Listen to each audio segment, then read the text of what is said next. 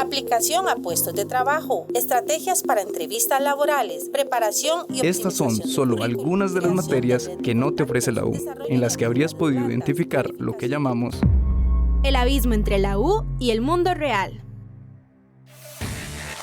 Esto es Ingeniería para la Vida. Un podcast donde te compartimos nuestra experiencia sobre cómo enfrentar el mundo real de los profesionales en ingeniería para que tu camino sea un poco más sencillo. En cada episodio abordaremos un tema nuevo y aplicaremos la ingeniería a nuestra experiencia. Así te compartiremos la principal información que nos habría gustado tener antes. Cuando nosotros lo vivimos. Ingeniería para la Vida.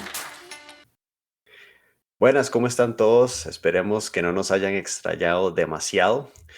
Hoy es el primer episodio de la segunda temporada de Ingeniería para la Vida y estamos muy contentos de estar de nuevo con ustedes compartiendo algunos temas de interés para aquellos estudiantes que ya están listos para cruzar el abismo entre la universidad y el mundo real.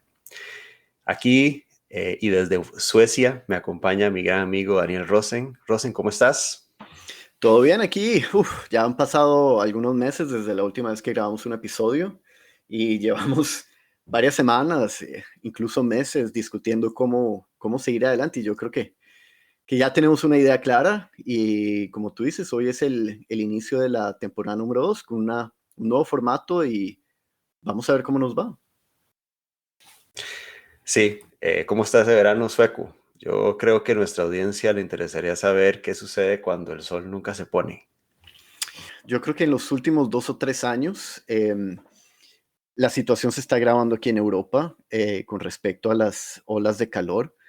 Estamos pasando por temperaturas poco habituales, pero aquí en Suecia estamos en temperaturas cercanas a los 30, 32. Usualmente no se llega a tales temperaturas durante el verano.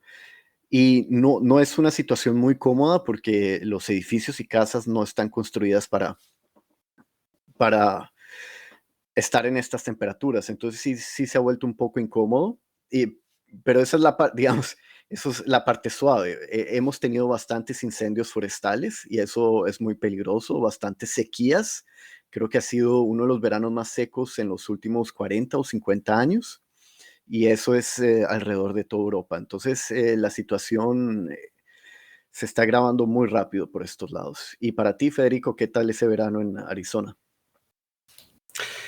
Pues extrañamente ha llovido muchísimo. Aquí el verano es también la época lluviosa. Entonces, por un lado, pues muy bien porque no tenemos tanto calor. 32 grados suena delicioso en comparación a los 42 que podemos llegar aquí. Pero también ha habido muchas inundaciones. Así que definitivamente estamos viviendo tiempos de clima extremo y pues ya veremos hasta dónde llega. Ojalá como civilización podamos hacer algo al respecto. Pero bueno, como Daniel comentaba, vamos a estrenar un formato en Ingeniería para la Vida y hemos decidido que para la temporada 2 vamos a enfocarnos en traer invitados que puedan enriquecer aún más los temas que ya hemos tocado durante la primera temporada. Y el día de hoy vamos a empezar con esta nueva modalidad con un invitado muy especial. Y le voy a dar el pase a Daniel para que nos cuente quién es este invitado. Bueno, pero también es muy importante que este primer episodio lo vamos a enfocar un poco en lo que es movilidad eléctrica, sus retos, el futuro de esta transformación y cómo potenciar su uso en Latinoamérica. Obviamente no vamos a resolver ese gran problema durante este episodio, pero sí vamos a poder hablar sobre el tema. Federico y yo estábamos hablando qué hacer en la temporada 2. Llegamos a la conclusión de que sería muy interesante traer gente como nosotros, ingenieros que se han graduado en Latinoamérica, pero que han logrado cosas extraordinarias. Y una de esas personas que se nos pasó por la mente fue Peter Villaín. Peter fue compañero de nosotros en la universidad, en la Escuela de Ingeniería Electromecánica, y actualmente Peter trabaja para Tesla en Alemania. Ahora Peter nos va a contar cuántos años y toda su historia, pero es un excelente ejemplo de lo que queremos mostrar en esta segunda temporada. Entonces, bienvenido, Peter, gracias por aceptar la invitación. Y cuéntanos, Peter, ¿cómo llegaste a donde estás ahora? Hola Daniel y hola Federico. Pues primero, muchísimas gracias por la invitación y de verdad qué bueno escucharlos de nuevo después de tanto tiempo y, y bueno, y sentir que todavía tenemos ese cariño o esa conexión a nuestra linda Costa Rica. ¿Cómo llegué a Tesla?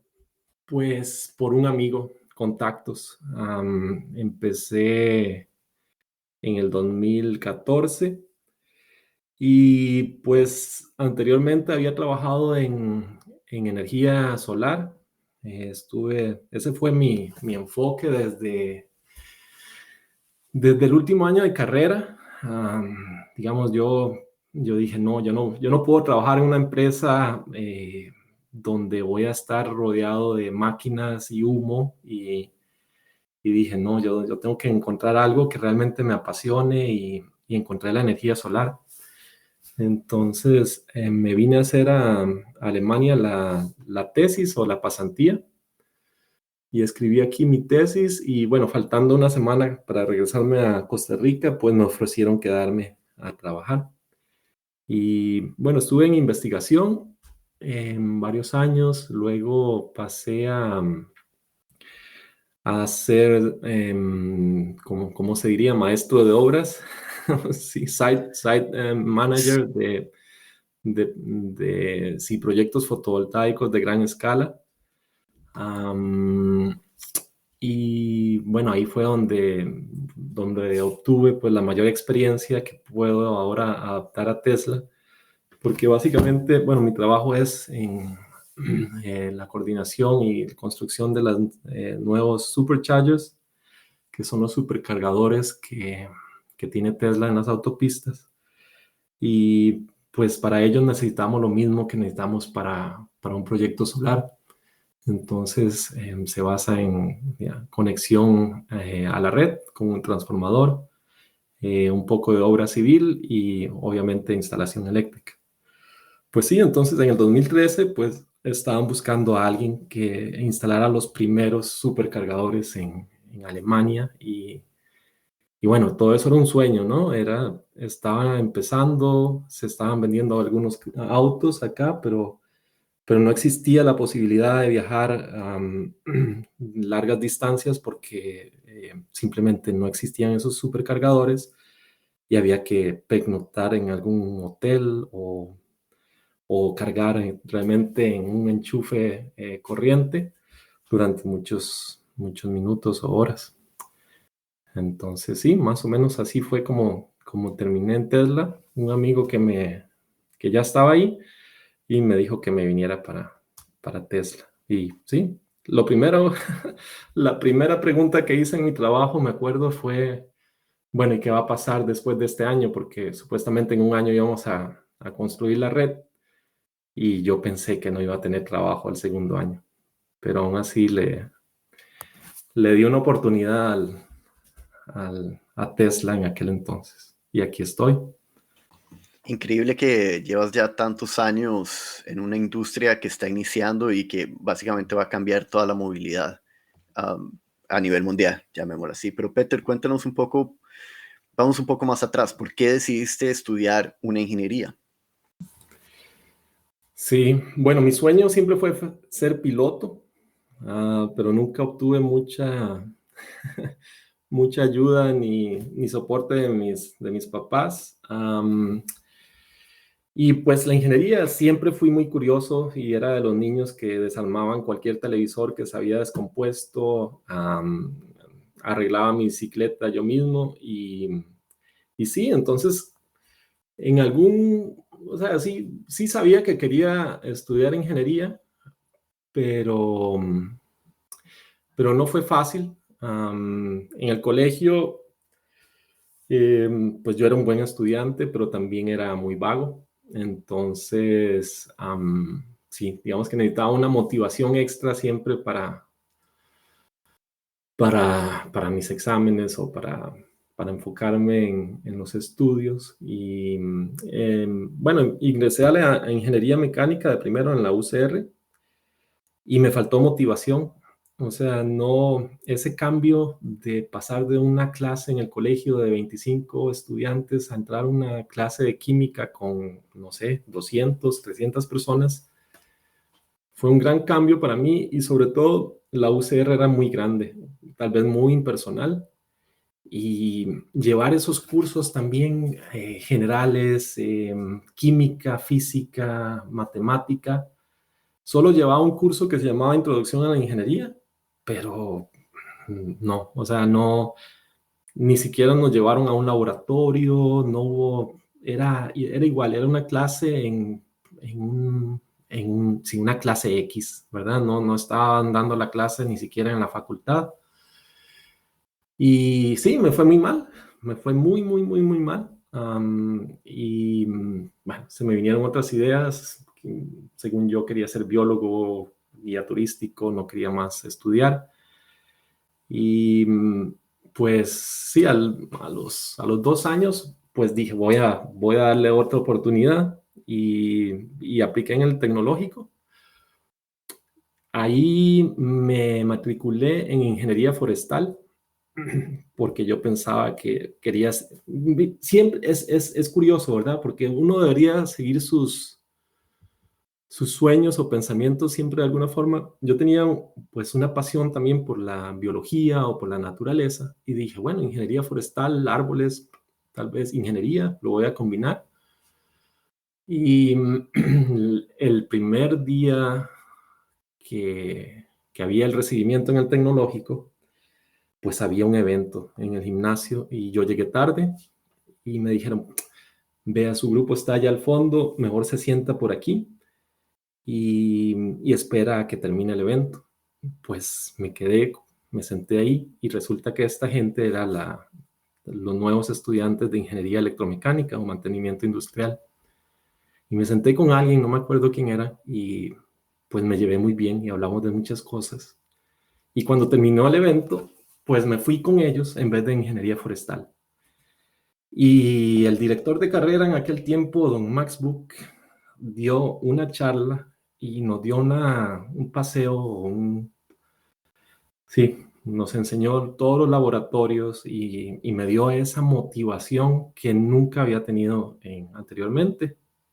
Y me dijo, bueno, ustedes el primer año no, pues sí, van a llevar cursos que no están muy relacionados con la ingeniería, pero sepan que esta es su casa. Nos presentó a las secretarias, a los profesores y ver esos laboratorios, con simplemente haber visto esos laboratorios, pues fue mi inspiración de decir, bueno, ahora sí voy a, a ponerle y voy a sacar esta carrera. Así que me pasé de ingeniería forestal a, a ingeniería en mantenimiento industrial por, por algo de casualidad y motivación. Pues disculpa que te interrumpa porque a mí me pasó algo similar y creo que Federico también. Yo cuando estaba haciendo el examen de admisión, estaba muy estresado cuando quería ingresar al tecnológico. Y es un examen, para los que no saben, es un examen muy duro, básicamente de matemáticas o de analogías. Y yo iba a marcar ingeniería electrónica. Y a los 5 minutos antes de entrar al examen, yo dije, yo no voy a entrar a electrónica porque el puntaje es muy alto. Y dije, voy a marcar algo distinto y después me cambio. Y encontré mantenimiento industrial y dije, bueno, esto es algo parecido, lo voy a marcar y después veo a ver qué hago. Y luego entré a mantenimiento industrial, pero después me di cuenta que eso era lo mío. O sea, la vida lo lleva a uno por caminos que uno realmente no se explica y yo creo que ese era nuestro destino, Peter, lastimosamente. No lastimosamente, menos mal se dieron así las cosas. Sí, sí, sí. Sí, a mí me pasó lo inverso de Rosen. A mí me contaron sobre mantenimiento industrial, me emocioné tanto como estaba escribiendo Peter y cuando llegué del examen por nervios marqué electrónica y me di cuenta el día que había que matricular que estaba en la carrera equivocada y pues después me cambié. Así que yo creo que el mensaje que estamos escuchando es que a veces cuando estamos muy jóvenes los nervios, la falta de motivación y muchas otras cosas nos hacen tomar decisiones que por dicha son corregibles y nos pueden llevar a lugares muy interesantes en la vida. Pero aprovechando eso, Peter, aquí nosotros en el podcast manejamos este término del abismo entre la U y el mundo real. Y es básicamente ese momento en donde estamos a punto de salir de la carrera y ya estamos, qué sé yo, firmando los papeles para la práctica y todo, y se nos viene encima el pensamiento de que ya me toca ir a trabajar. Y ya no más exámenes, no más quizzes, no más trabajo, sino que tengo que ir a generar, tengo que ir a responderle a un jefe. Contanos un poco cómo fue esa transición para vos. Yo creo que para mí no hubo ningún abismo, Férico, porque como yo tuve también esos años ahí en el limbo, pues estuve trabajando también. Y estuve trabajando como guía turístico, como fotógrafo. De hecho, algunas fotos mías se publicaban en algunas revistas. Fui despedido. Trabajé también en un call center, domingos a las 7 de la mañana. Entonces, creo que eso me ayudó mucho a saber, pues, qué es ser responsable, ¿verdad? Qué es ser puntual en un trabajo. Yo me acuerdo durante mi estudio también, yo soñaba, pedía, y quería hacer una práctica en mis vacaciones. Y mi sueño, como ya les dije, era ser piloto. Entonces yo quería trabajar en Copesa, que era el taller de mantenimiento de aviones en Costa Rica. Y lo intenté por todos lados, con profesores. Yo les dije, yo les voy a barrer el piso, pero déjenme trabajar ahí un mes. Y no lo logré, ¿verdad? Y yo creo que eso es lo que hace falta mucho en Costa Rica, o no sé si ha mejorado, pero esa conexión con trabajar un mes en una empresa durante las vacaciones, y tener tal vez hasta ya un pie ahí, ¿no? O sea, si yo trabajé ahí 1 o 2 meses en algunas vacaciones, podría ser que hasta me den trabajo en el futuro cuando me gradúe, y no lo logré, no lo logré, y nunca entendí por qué. Y bueno, a la hora de llegar aquí a Alemania, pues sí era un golpe, era pues algo totalmente nuevo, ¿verdad? Una cultura diferente, pero tuve tal vez la dicha de tener, digamos, ese gran primer trabajo después de la práctica, que eso es, pues a la hora de ya hacer una práctica, pues ya tiene uno un pie en la empresa, y que le den un contrato, pues es ya el siguiente pie el que está adentro. Entonces sí, creo que en realidad sí estaba preparado para empezar una carrera ya en una empresa. Súper interesante, Peter. Tener ese fogueo, lo importante, ¿verdad? De haber tenido la experiencia y creo que tenés un muy buen punto porque a veces qué difícil es poder balancear el trabajo en la universidad, pero qué importante se vuelve ya cuando uno vuelve a ver para atrás y dice, pucha, sí, lo logré, fue un gran esfuerzo, pero eso me ayudó mucho a esa transición. Yo quisiera aquí meter un poco la cuchara porque yo comparto lo que dice Peter. Yo lo veo aquí en Suecia que durante el verano se abren oportunidades para estudiantes universitarios a venir a las empresas, a conocer las empresas y a poner su primer pie dentro de las empresas. Y es algo que, como Peter lo dice, o sea, le ayuda a uno a presentarse, a aprender un poco sobre la cultura, y ya cuando uno termina la universidad, entonces hacer esta transición un poco más suave. Pero lastimosamente en Costa Rica y en Latinoamérica no tenemos este tipo de experiencias y es algo que se podría implementar fácilmente. Pero gracias, Peter, por ponerlo en el tapete. Sigamos un poco, ya hablaste un poco sobre qué te has especializado. Bueno, trabajaste en la parte de energía solar. Cuéntanos un poco un poco más sobre tu posición actual. Hablaste un poco sobre, sí, que estás trabajando con los superchargers y instalando, pero cuéntanos un poco el scope, o sea, ¿cómo podemos entender tu posición? Durante 7 años estuve a cargo de de los supercargadores en las autopistas de Alemania, Austria y Suiza. Y sí, es prácticamente desde todo, desde el diseño eléctrico, supervisión de la obra y hasta la puesta en marcha de la estación. Y hace más o menos un año me cambiaron el puesto como Construction Lead. Y esto es prácticamente un puesto que yo mismo me imaginé y luché por él. Y era simplemente que yo tenía un buen ojo para ver cómo podíamos mejorar nuestras estaciones, cómo podíamos ser más rápidos, más eficientes, cómo podemos construir también en invierno, en verano, cómo construir también más barato. Entonces, sí, es un puesto muy creativo, y fue mi opción en vez de digamos, pasar a ser un gerente o un supervisor, pues más arriba, pues yo me quise quedar en lo que a mí me gusta, ¿no? En la parte ingenieril, de diseño y mejoramiento de nuestros equipos. Perfecto. Ahora hablemos un poco más de Peter como tal. Y esta es una pregunta interesante. ¿Cuál es tu ninja skill o talento escondido? Bueno, yo soy muy gráfico. Y tengo un muy buen ojo. Y eso ayuda mucho a encontrar errores. Y también para el puesto en el que estoy, de mejoramiento.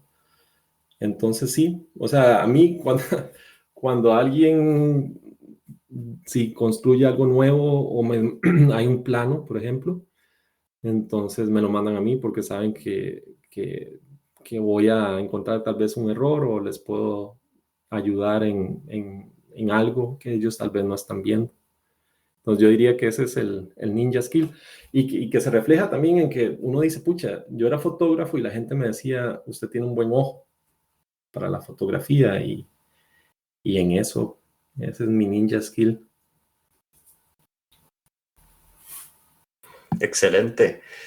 Peter, nos contaste que tus intereses especiales son la aviación, la biología, la fotografía. Pucha, qué variado. ¿Hay algo más que te llame la atención y te apasiona aparte de lo que haces en tu trabajo? A mí me apasiona mucho, pues, la gente y no sé, pero digamos, a nivel profesional, yo pienso mucho en esa persona que está ahí en invierno cortándose los dedos, cortando un cable. Y creo que eso me ayuda también mucho porque yo no suelo hacer presión cuando veo que no es necesario. Y la gente, de verdad, si hay que hacer presión para algo, creo que la gente responde de una forma positiva porque saben que, digamos, yo necesito ese favor de ellos o esa ayuda, que es algo que, sí, tal vez aquí en Alemania tal vez es más difícil, ¿verdad? La parte humana, a veces se suele ver a la gente como máquinas y sí, o sea, es parte también de mi trabajo, digamos. Yo voy a las construcciones, yo estoy ahí y es por una pasión, ¿no? Porque me gusta la gente y lo cual también me ayuda en mi trabajo. Un interés muy noble, Peter, porque al final los puestos de liderazgo se tratan de velar por la gente, ¿verdad? Y creo que nuestra cultura latina nos ayuda mucho a traer calidez, tal vez a ambientes que son un poco más fríos. Entonces, es cierto. Sí, es que suena extraño, ¿verdad? Pero yo creo que aquí en Europa es algo que que no hay mucho. Créeme que a mí me pasa exactamente lo mismo y yo, o sea, creo que el éxito que he tenido en Suecia es gracias a eso. O sea, que traigo una forma distinta de pensar y es exactamente lo mismo, lo mismo que tú dices, es pensar sobre la gente y tratar de llegarle a la gente, que es algo que el europeo aprecia bastante y no es algo muy común acá, entonces te comprendo completamente. Pero, Peter, coméntanos un poco, ¿cuál es tu libro preferido y por qué? Mis libros preferidos han sido los de Kino, ¿sí? No de Mafalda, sino libros de estas caricaturas críticas que tiene Kino. Entonces tengo una colección casi que completa del mundo de Kino. Sí, no sé si se acuerdan que en la entrada de nuestra carrera, los lunes en la mañana había a veces un chiste de Kino pegado en la pizarra. Sí, me acuerdo. Sí, me Sí, acuerdo. sí, claro. Sí. Bueno, ¿saben quién pegaba eso? Creo que ya nos acabamos de dar cuenta. Finalmente se resolvió el misterio que siempre me preguntaba los lunes en la mañana. ¿Quién tiene el tiempo de venir aquí a poner una, un, algo de Kino? Alguien que le gusta mucho. Qué bien, Peter. En serio, tenía esa pregunta desde hace años. Bueno, ahí está. Sí, sí. Bueno, y hablando de entradas, tal vez no entrada física a la universidad, pero en general de entrar a la universidad, a veces nosotros nos hemos hecho la pregunta aquí en el podcast, ¿qué consejo nos hubiéramos dado si pudiéramos viajar en el tiempo hace veintitantos años? ¿Qué consejo nos hubiéramos dado a la hora de entrar a la universidad? Y te queremos hacer esa misma pregunta. Si vos pudieras ir a hablar con el joven Peter que está a punto de entrar a la UCR, por lo que escuchamos, ¿qué le dirías? ¿Qué le diría a mi Peter de cuando era joven? Yo creo que le hubiera dicho que disfrutara más esos años y realmente no me arrepiento de nada. O sea, yo entré muy tarde a la universidad por todos los problemas que tuve anteriormente, pero si lo veo ahora, pues todos esos piedras en el camino que tuve más bien me ayudaron muchísimo para el futuro y pues no creo que un consejo en aquel tiempo me hubiera ayudado, sinceramente, porque un consejo para encontrar motivación cuesta muchísimo, ¿verdad? Yo podría decir, bueno, mi problema era la motivación, Ujú. entonces yo podría decir, porque alguien no me motivó, pero yo no puedo obligar a nadie a motivarme, ¿no? O sea, serían mis padres los que me tienen que motivar, o mi novia, o yo mismo, pero bueno, eso cuesta mucho. Entonces, sí, no, realmente no. Simplemente haber disfrutado más esa vida de estudiante, aunque la disfruté bastante, pero sí. Sí, eso puedo entenderlo porque a veces uno se preocupa demasiado por cosas pequeñas en la U y pierde de vista lo que es importante. Así que, excelente. Pues bueno, ahora quisiéramos pasar como a otra sección que es un poco más relacionado a la industria donde trabajas y vamos a mantenerlo bastante genérico porque sabemos que Peter trabaja para una empresa muy importante que no necesariamente le permite a sus empleados compartir sus secretos y somos 100% respetuosos de esos, entonces vamos a mantenernos hablando más de la industria que de otra cosa. Creo que nos comentabas un poco que en algún momento dijiste Yo no creo que pueda trabajar en una sala llena de máquinas y llena de humo. Quisiera algo pues más limpio y de ahí es tu paso a la energía solar. Este, pero además de eso, ¿qué más te llamaba la atención de pues digamos, la industria de la energía limpia? ¿Qué es lo que más te motiva para seguir ahí día a día? En Tesla lo bonito es que es una motivación completa. O sea, no lo estamos haciendo porque hay que hacerlo, no lo estamos haciendo porque vemos que es el nuevo negocio, sino que lo hacemos de convicción. O sea, desde el que vende el auto hasta nosotros que instalamos los cargadores, es un trabajo en equipo increíble.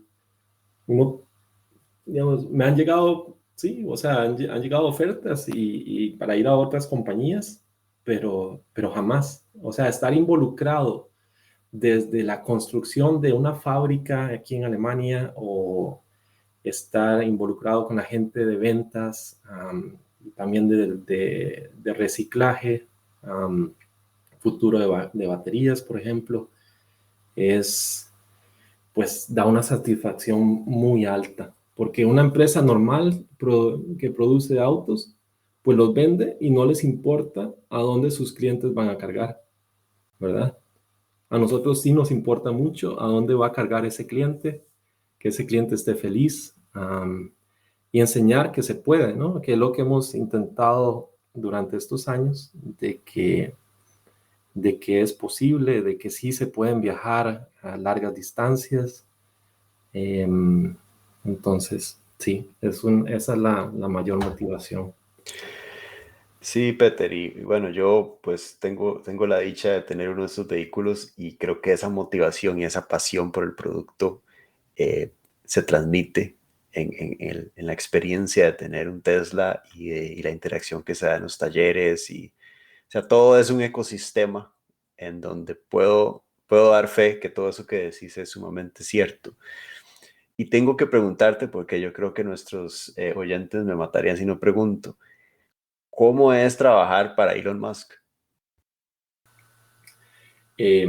Pues sí, trabajar para Elon es retador, pero también al mismo tiempo es alguien que realmente lo da todo. O sea, es sabido las horas que él trabaja,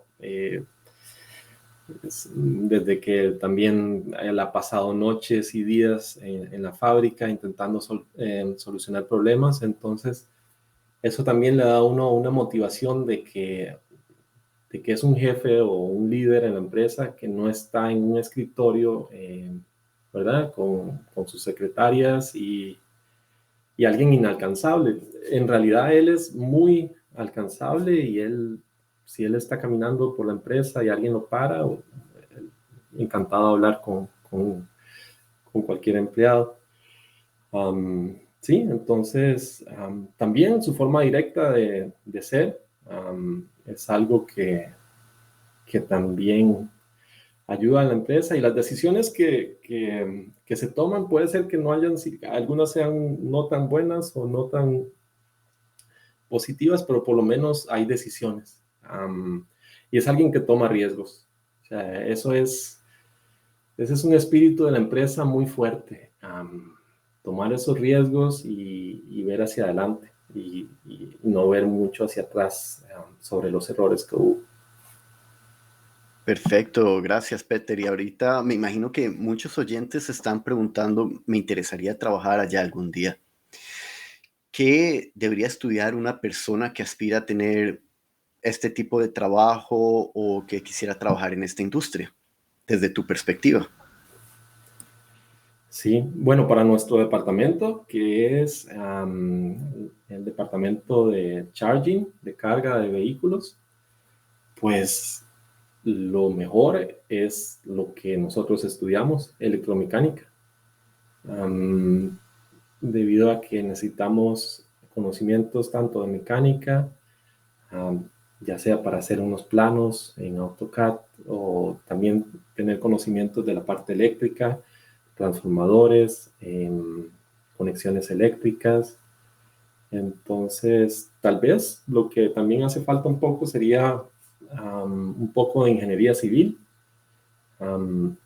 ya que muchas veces, pues, si construimos drenajes o también un parqueo totalmente nuevo, puede ser que esté techado también, entonces necesitamos una estructura para el techo y los cimientos. Entonces, esa sería la combinación perfecta, ¿sí? Electromecánica y un poco de ingeniería civil. Perfecto, yo creo que esas habilidades técnicas o duras, como se le dice en la industria, sumamente importantes. Y desde el punto de vista, tal vez si lo pensás de las habilidades blandas, ¿verdad? Cosas que se aprenden en el camino, esos soft skills que le llaman en inglés. ¿Vos pensás que durante tu periodo en la universidad aprendiste algo que hoy lo estás aplicando en este puesto y te dé, digamos, una ventaja o bien te ha ayudado a acoplarte a este puesto y quedarte ahí tanto tiempo? Sí, yo creo que en los años de estudiantes aprendemos mucho a trabajar en estrés. O sea, ese estrés de tener 6 exámenes finales en una semana, tener, pues, ir de un examen de matemática y en la tarde olvidarse de todo eso, ir a uno de, no sé, de laboratorio de máquinas, pues ya es un entrenamiento para saber cómo puede ser la vida profesional en el futuro. También poner prioridades es muy importante, saber, bueno, tal vez tengo que estudiar más para esto que para esta otra materia. Entonces sí, lo que es trabajar, o sea, yo a veces digo que tenía hasta más estrés en estudiando que trabajando. Entonces sí, eh, es duro, pero sí nos enseña a ser disciplinados y saber cómo manejar el estrés en el futuro. Ahora, Peter, si bien recuerdo, tú también sacaste una maestría en Alemania. Entonces, mi pregunta es, ¿cómo compararías la educación que recibiste en Costa Rica con la educación que obtuviste en Alemania? La educación en Costa Rica es muy buena. En realidad no tenemos que envidiarle nada a Europa. Quizás sí, pues nos gustaría tener, como dijimos, más experiencia laboral en empresas y que tal vez algunas máquinas en laboratorios más modernas, pero yo diría que la gran parte de mi estudio en Costa Rica estuve muy contento con los cursos que llevé. Y sí, mi maestría aquí pues no fue totalmente ingeniería, fue management, entonces era en energías renovables, pero sí, una forma muy global y no tan especializada. Pues qué bueno saber que no hay tantísimas diferencias, ¿verdad? Yo creo que a veces en el papel así suena y así parece, pero la verdad nos enorgullece escuchar a alguien que está trabajando en un lugar tan prestigioso como Tesla poder dar su opinión acerca de la educación en Costa Rica y saber que estamos bien y ojalá podamos mejorar porque definitivamente hay muchos retos, pero tenemos una base muy sólida.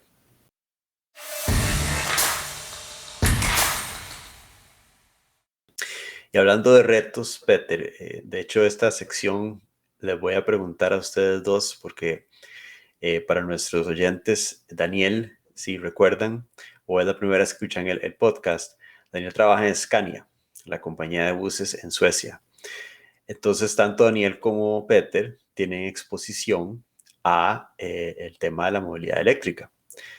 Entonces, una de las cosas que que todo el mundo se pregunta, o sea, ¿cuáles son los retos más grandes que tiene la movilidad eléctrica en Europa bueno, y en Latinoamérica, ¿verdad? Porque al final es un fenómeno global. Entonces, tal vez, Daniel, empecemos con vos, que desde el punto de vista, ¿cuáles son esos retos en Europa y luego en Latinoamérica? Ok, bueno, yo voy a empezar hablando en lo concerniente a Europa, que aquí es donde se están dando los cambios. Entonces, los dos retos más grandes que yo veo ahorita, y en la parte de vehículos comerciales, hay que aclarar eso, camiones y buses, eso es a lo que yo me refiero con vehículos comerciales, que es donde Scania se encuentra compitiendo. Entonces, el primer gran reto es la ausencia de una red de cargadores rápidos para vehículos comerciales. Lo que Peter habla es más que todo una red de cargadores para vehículos Tesla, es una gran diferencia. Ahorita voy a explicar un poco más al respecto. Y el segundo gran reto que yo veo en Europa, y Peter mencionó un poco, es el desarrollo y reciclaje de baterías. Entonces vamos con el primer reto. Entonces, un cargador para carros puede estar entre 3.7 y 11 kilowatts. A excepción de los supercargadores que Peter instala, que tú me puedes corregir, Peter, pero yo creo que son de 150 kilowatts. Ahora, sí, Peter, tú puedes aquí decirme si estoy equivocado o no, no hay problema.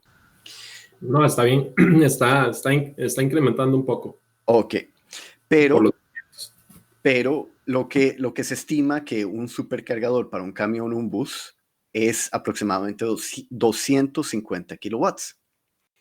Entonces, lo que usualmente se hace con un carro eléctrico es cargarlo durante la noche y usarlo durante el día. O, si uno tiene un Tesla, usar uno de los supercargadores y cargar el vehículo durante el transcurso del día, pero dura 1 o 2 horas.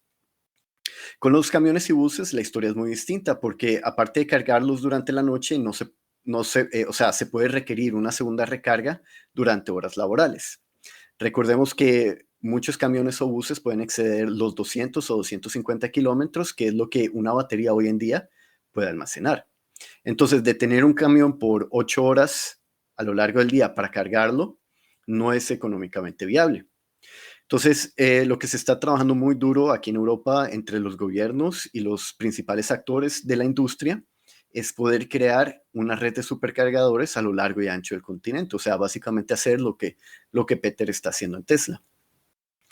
Y ahora vamos con el segundo reto, que es el desarrollo y reciclaje de baterías. Entonces, se habla mucho sobre la economía circular. ¿Y qué es la economía circular? Significa poder reutilizar casi al 100% los componentes de las baterías. Las baterías requieren muchos elementos químicos que son muy limitados en cantidad, tales como litio, níquel o cadmio. Entonces no es sostenible en el tiempo producir una batería para un carro o un camión o un bus y luego desecharla. Entonces ahí es donde se encuentra la importancia del reciclaje de las baterías. Desde hace unos 5 a 8 años, no solo Tesla, sino muchas empresas dedicadas a este negocio se han puesto serios en este tema. Y puedo dar el ejemplo de una empresa sueca que se llama Northvolt. Y ellos hoy en día, ellos dicen que han logrado reciclar casi un 95% de sus propias baterías. Entonces, se está avanzando mucho en este tema. Entonces, esos son los dos grandes retos en Europa. Y ahora hablando un poco de Latinoamérica, pues para serles honestos, digamos desde la parte de vehículos comerciales y en Scania, Latinoamérica no es un mercado ideal para vender camiones y buses eléctricos. Dada la poca inversión que los gobiernos han realizado en redes de cargadores o reducción de impuestos para poder fomentar el uso de estos camiones. ¿Por qué se requieren reducciones de impuestos? Porque estos vehículos son muy costosos. Entonces, los números básicamente no dan para una empresa para invertir en esta nueva tecnología. Entonces, yo personalmente no veo viable que en los próximos 5 a 10 años comencemos a ver camiones eléctricos en las calles de Latinoamérica. Lastimosamente, esa es la situación hoy en día. Pero Peter, cuéntanos, Para ti, ¿cuáles son los retos más grandes que tú ves en Europa y luego en Latinoamérica? Ujú. Bueno, uno de los retos más grandes es concientizar o informar también a la población de qué es un vehículo eléctrico, ¿verdad? Creo que hace falta mucha información también en los costos de mantenimiento, también los costos por kilómetro que puedo hacer en comparación con un vehículo de gasolina. Pues me voy a enfocar en vehículos pequeños y no en camiones. Y eso cuesta mucho, la gente está simplemente acostumbrada a que existen gasolineras, de que esa es la forma de movilizarse. Y cuando una persona maneja un auto eléctrico por primera vez, pues su imagen y entendimiento cambia totalmente. También existe ese miedo de saber que no se pueden viajar largas distancias, lo cual ya ha mejorado muchísimo. Y a nivel latinoamericano, pues lo mismo. Ya se está haciendo algo en lo que es incentivos y reducción de impuestos en Costa Rica, pero sí, obviamente todavía son vehículos sumamente no, pero sí un poco más caros, pero claro, a la hora de la inversión inicial, pero esa parte de la información de los costos de mantenimiento y consumo de energía por kilómetro es algo que hace falta. Sí.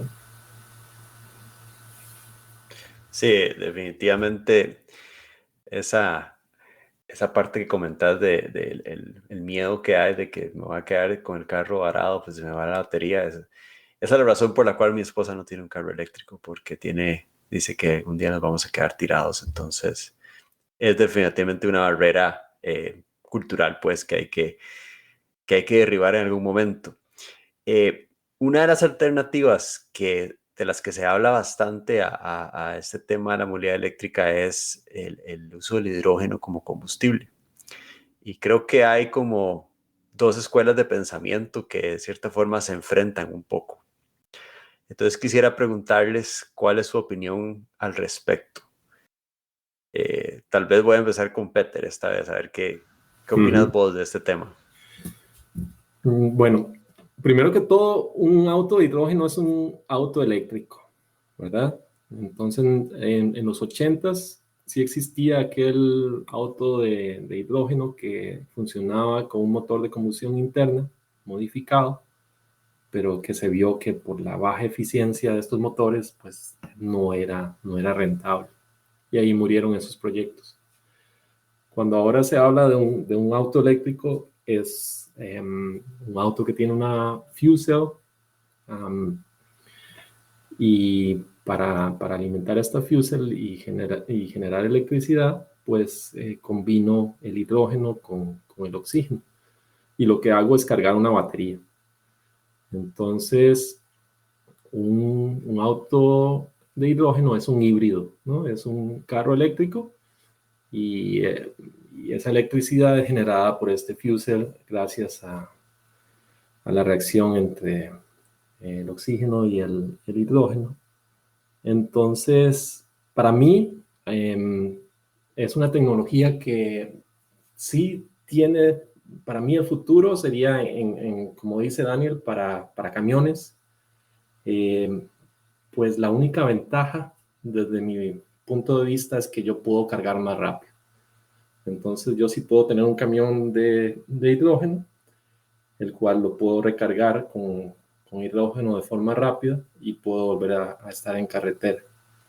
A nivel de vehículo personal, yo no veo un futuro en los hidrógenos, ya que es un vehículo que también va a requerir muchísimo más mantenimiento y al final me va a costar más dinero que uno simplemente eléctrico.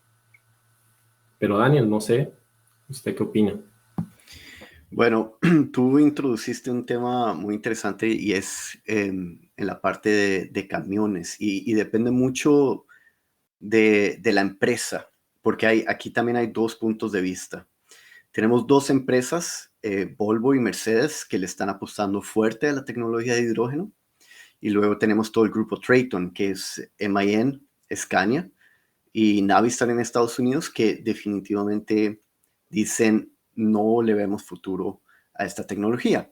Y yo voy a utilizar información pública de Scania, entonces no hay ningún problema. Esta información la han publicado en redes, entonces yo básicamente la voy a utilizar. ¿Y por qué el grupo Traton o Scania específicamente no cree en el hidrógeno como combustible? Hay dos temas aquí. El primero, Peter, tú lo comenzaste a hablar, que es el tema de la eficiencia. Y el segundo, que es el tema de la distribución del hidrógeno, o sea, poder producir hidrógeno y llevarlo a una estación de carga. Entonces, vamos con el primer tema.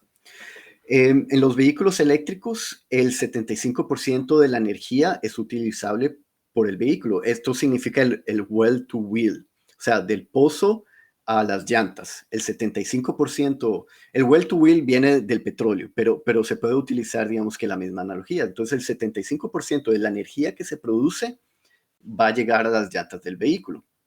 El 25% que no se puede utilizar es debido, número uno, un 10%, a que se pierde en la transmisión desde la producción de la electricidad hasta el lugar de carga. Un 5% que se pierde al momento de cargar el vehículo y un 10% restante que se pierde por la transmisión y el motor eléctrico, o sea, ya dentro del vehículo. En cambio, un fuel cell electrical vehicle solo se aprovecha el 25% de la energía, o sea, completamente opuesto a los vehículos eléctricos. ¿Y dónde está esa pérdida del 75%? Un 30% se pierde entre la transmisión y la electrólisis, que es el proceso para producir hidrógeno a partir del agua. O sea, ya al momento de producir hidrógeno ya perdiste un 30% de la energía. Luego, un 15% se pierde en la transmisión, almacenamiento y alimentación del vehículo. Con los vehículos eléctricos ahí solo hay un 10% de pérdidas porque no hay ningún almacenamiento. Y luego el 25% restante se pierde entre la transmisión y el motor del vehículo. En un vehículo eléctrico, ahí es solo un 10%. Entonces, al final de cuentas, y escuchen muy bien, se requiere 3 veces más energía para alimentar un camión con hidrógeno. 3 veces más. Entonces, desde ese punto de vista, no es sostenible. Y ahora el segundo tema, que es la distribución del hidrógeno. Entonces, hoy en día toda la infraestructura necesaria para transmitir la energía eléctrica se encuentra disponible. Para poder alimentar más vehículos con energía eléctrica, se requiere invertir en aumentar la producción eléctrica, aumentar la capacidad de transmisión de mayor electricidad y hacer lo que Peter está haciendo, que es instalar más cargadores. Entonces, vehículos eléctricos es básicamente un problema de escalabilidad. Con el hidrógeno tenemos otro tipo de problema más complejo. Número uno, el hidrógeno es un elemento inflamable y tiene una densidad muy baja que se puede dispersar en el aire. En los últimos años se ha realizado mucha investigación con respecto a este tema y viendo la posibilidad de mejorar lo que se tiene hoy en día para el transporte del gas o al convertirlo en líquido. Entonces, básicamente esos son los retos más grandes que tiene el hidrógeno hoy en día, a menos de que se realice mucha investigación y mejoras en este tipo de vehículos, no le veo mucho futuro.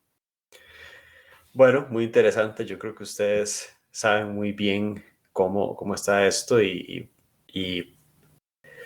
pues ya veremos a dónde desembarca esta tecnología. Y hablando del futuro y a dónde puede llegar esta tecnología, vamos a ver, hoy en día tenemos una disparidad, ¿verdad? Entre la venta de vehículos eléctricos, que según un dato que tengo por aquí, solo el 0,7% de todas las ventas mundiales de automóviles son eléctricos. Pero en algunos países, como en Suecia, ¿verdad? Según me dice Rosen, el 30% de los vehículos vendidos durante el 2021 fueron híbridos o eléctricos. Es decir, a nivel mundial, 0,7% de todas las ventas, pero solo en Suecia 30%. Y tengo entendido que en Noruega es arriba de eso, ¿verdad? Es mucho más popular. Entonces, si vemos esta disparidad y pensamos en lo que viene en los próximos años para la movilidad eléctrica, ¿qué piensan ustedes que va a suceder o que debe suceder para potenciar el uso de los vehículos eléctricos? Y sí, hemos hablado de algunas cuestiones de inversión, ¿verdad? Y tal vez impuestos y demás, pero ¿qué tenemos que hacer para poder cambiar esa cultura del vehículo de combustión interna? Peter, ¿qué pensás vos? ¿Cómo hacemos para resolver o eliminar esas barreras? Sí. Bueno, un punto interesante es que es un cambio muy grande para una compañía que ha estado produciendo autos de combustión interna durante toda su vida, de cambiar de un día para el otro a vehículos eléctricos.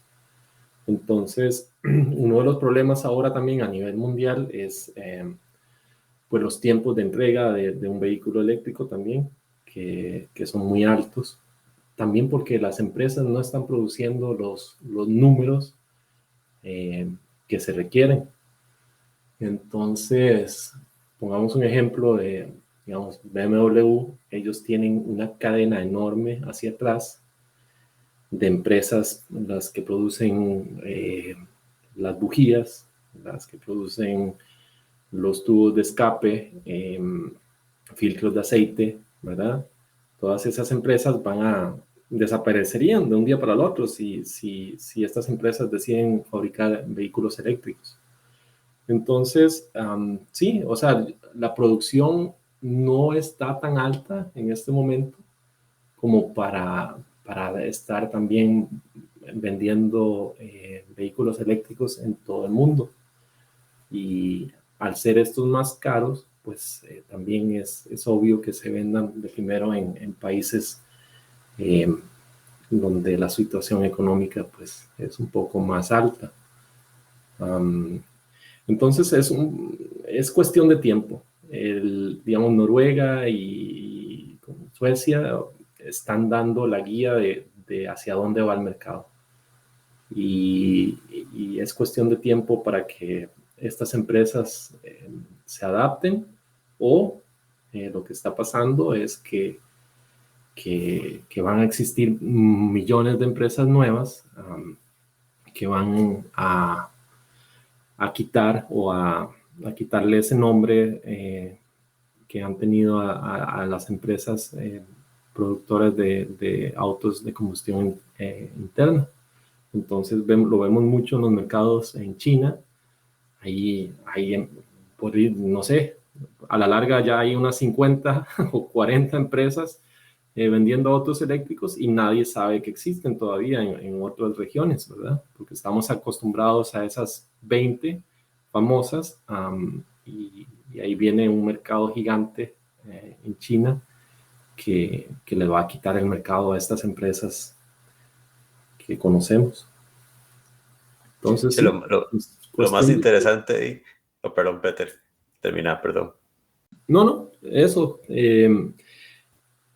Los números tienen que incrementar de producción y tomemos a Noruega como un ejemplo de lo que se va a ver en el futuro. En Noruega se venden autos nuevos alrededor del 90% entre eléctricos y híbridos.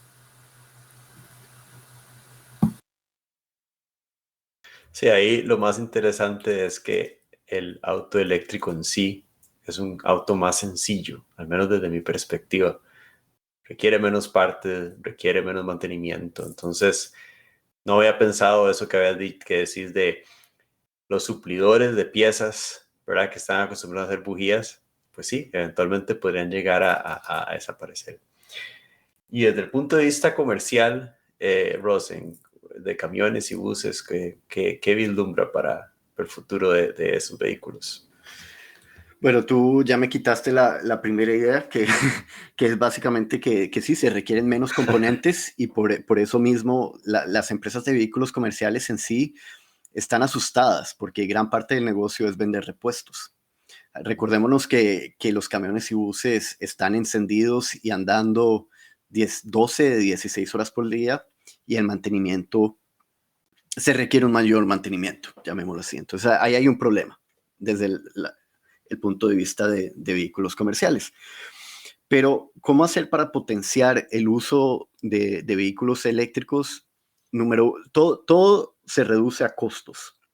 O sea, si logras demostrar, como Peter estaba hablando al inicio, de que el costo operativo de un vehículo eléctrico o de un camión eléctrico es menor y el business case, o sea, vale la pena, o sea, usted pague al inicio más plata, pero a lo largo de la vida del camión, en sus gastos operativos de electricidad, en vez de utilizar diésel, va a pagar mucho menos y va a pagar muchos menos repuestos. Entonces, este modelo de negocios va a ser más interesante para las empresas en Latinoamérica, llamémoslo así.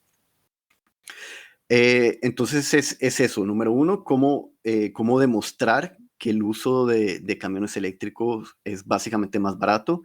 También muy importante hablar lo que yo dije al inicio de, por ejemplo, cómo incentivar por medio de reducción de impuestos la importación de vehículos comerciales eléctricos a Latinoamérica y que equipare de alguna forma estos que se tienen aquí en Europa. Ese sería el número 2.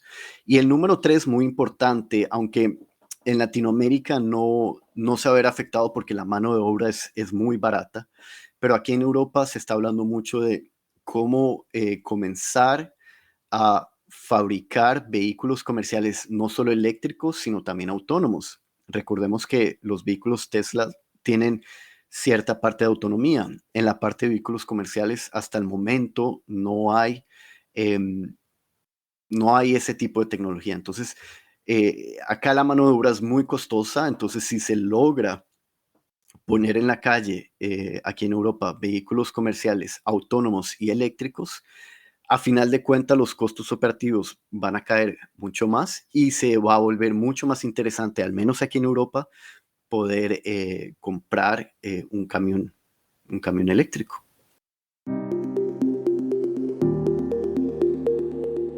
Reduce el abismo entre la U y el mundo real. Ingeniería para la vida. Excelente. Pues muchísimas cosas quedan por delante y la verdad cada vez que ustedes hablan y los escucho, pues me emociona pensar todo lo que viene para la humanidad en general, en términos de cómo nos vamos a transportar el día de mañana. Muy bien, entonces ahora para ir cerrando, la última pregunta para Peter sería si alguno de nuestros oyentes que está localizado en Latinoamérica se inspiró por la conversación de hoy y resulta que tiene mucho interés ahora de trabajar en esta transformación de la industria automotriz, ¿qué consejo le darías? Bueno, primero que todo, que se informe, ¿verdad? Que vea más allá de lo que se lee en un periódico, o que deje esas partes negativas que se hablan sobre la movilidad eléctrica y que se enfoque, como ya hablamos, en las ventajas, ¿verdad? De que un producto puede ser más caro al inicio de compra, pero su mantenimiento puede ser muy bajo o sus costos de operación también pueden ser muy bajos. Entonces, agarrar también un caso como el país de Noruega como ejemplo y ver qué es lo que está pasando ahí. Y de una forma técnica, pues un vehículo eléctrico no es nada más que un iPad con ruedas, ¿verdad? Aquella mecánica de precisión que tenía un carro diésel de inyección y solo lo podía llevar a un taller porque era el especialista, pues eso murió, ¿verdad? Y todo lo que sabemos de la calidad de un motor alemán comparado con un chino, eso también desapareció, ¿verdad? Es ahora, si yo pusiera un taller de mantenimiento de autos eléctricos, pues la parte más importante es saber programación, conectar mi computadora a ese vehículo, ver, hacer un estudio de cómo está la batería y, y un motor eléctrico que cualquiera en realidad podría reparar. Creo que la parte tal vez más complicada es la parte de programación.